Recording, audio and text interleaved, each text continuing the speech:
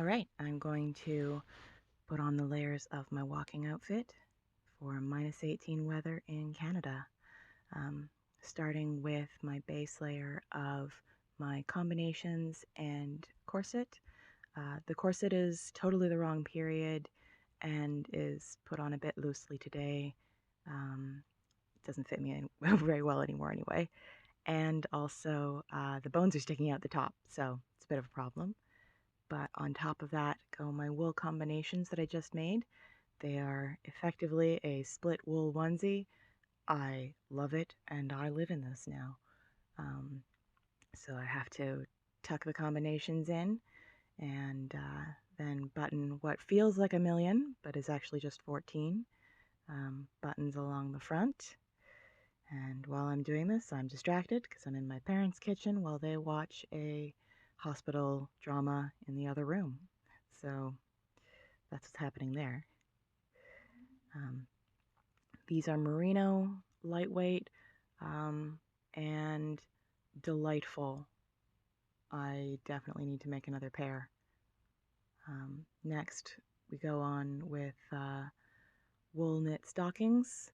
Um, they don't roll on perfectly over the long johns, but I don't mind so much if there are a few creases. And then I tie them off with simple garters just below the knee to keep them up. Some periods tie above the knee, but I have conical thighs, so that's not going to work for me. My second garter was briefly stolen by the cats, so I had to replace it with a piece of bias tape. So take note, bias tape will work if you don't feel like knitting I-cord or have cats. Next we have a cotton flannel petticoat. Wool flannel would be better, but I haven't made one yet.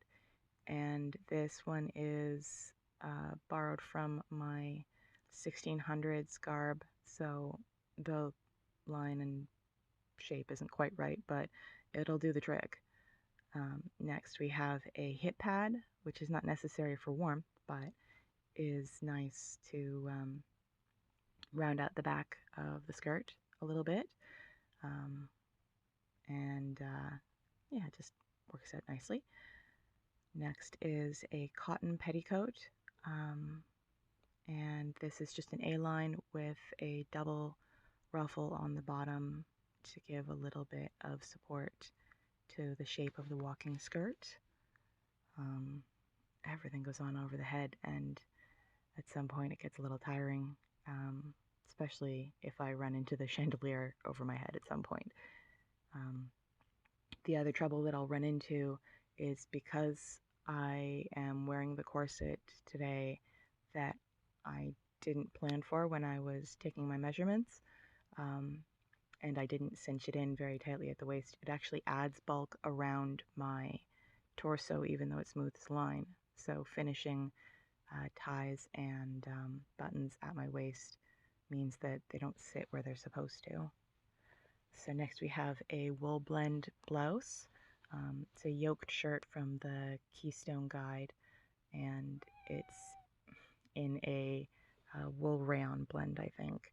Nice and lightweight, but does really well to keep me warm underneath something else. And has buttons at the top and at the cuffs. Even though I'm going to cover it, I will add my favorite embroidered brooch because why not? I like to be fancy. I do have to be careful when I'm pinning that on that I don't also catch my wool combinations. I've done that before. And then my layers are stuck together. So next we have the skirt, which takes up a lot of fabric and therefore a little bit of fussing into. I definitely felt the size of it when I was hand finishing the bottom hem. So that was an adventure. Tuck my blouse in, make sure that everything is more or less where it's supposed to be. So Then comes trying to close this thing that was sized for a different size of waist. Normally have a little bit of give in the waist, but not so much when there's a firm corset underneath. That said, I do really like how the corset flattens the line of the waistband and gives it better support, which is quite nice.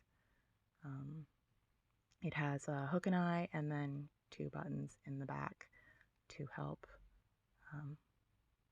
keep it closed and keep it from sliding down. Then I recently put in a welt pocket for my pocket watch, so that's nice to have. The only issue there is that the welt is only just big enough, so I have to be very careful that I'm sliding it in accurately. Next, boots. These are your pretty standard leather boots. These ones are lined in wool and lace up the front. I love this design. I think I own 3 pairs of similar, and they kind of been the standard in Canadian winter boots for some 150, 200 years. I mean, they'll do the trick.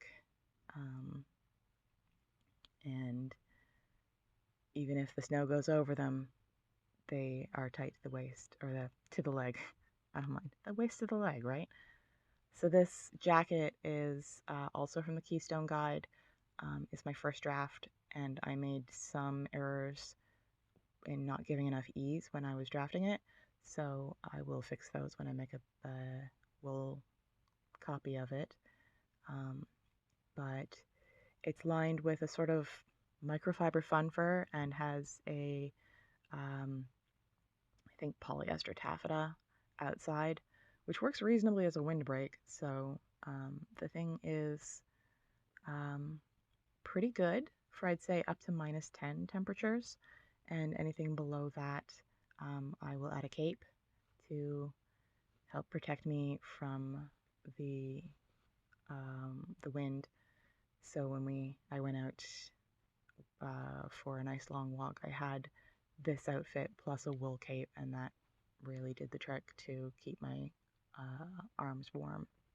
So this is a Kiviot shawl that I spun and knitted last winter, and at 22 grams it still does a lot of heavy lifting because there's nothing quite like Kiviot for keeping warm. I would normally have a wide brim hat, but if I'm driving, like today, then small wool cap will do, and then leather driving gloves, and I'm warm. Good morning. It's about 10 after 8, so I've been out walking for not quite an hour. This is a test of my wool long johns, and I gotta say, I'm really happy. I've been walking through heavy snow through the park, and thankfully I haven't had any snow that's gone over my boots yet, but I'd say the only part of me that's cold is my face a little bit because my mask is frozen. My hair isn't actually white here, this is just frost. But my hands, because leather gloves don't operate a touchscreen. But it's beautiful. The temperature right now is about -18, and the wind chill, the Weather Network tells me, is -27. I honestly haven't felt that much wind, but I'm wearing a lot of layers, so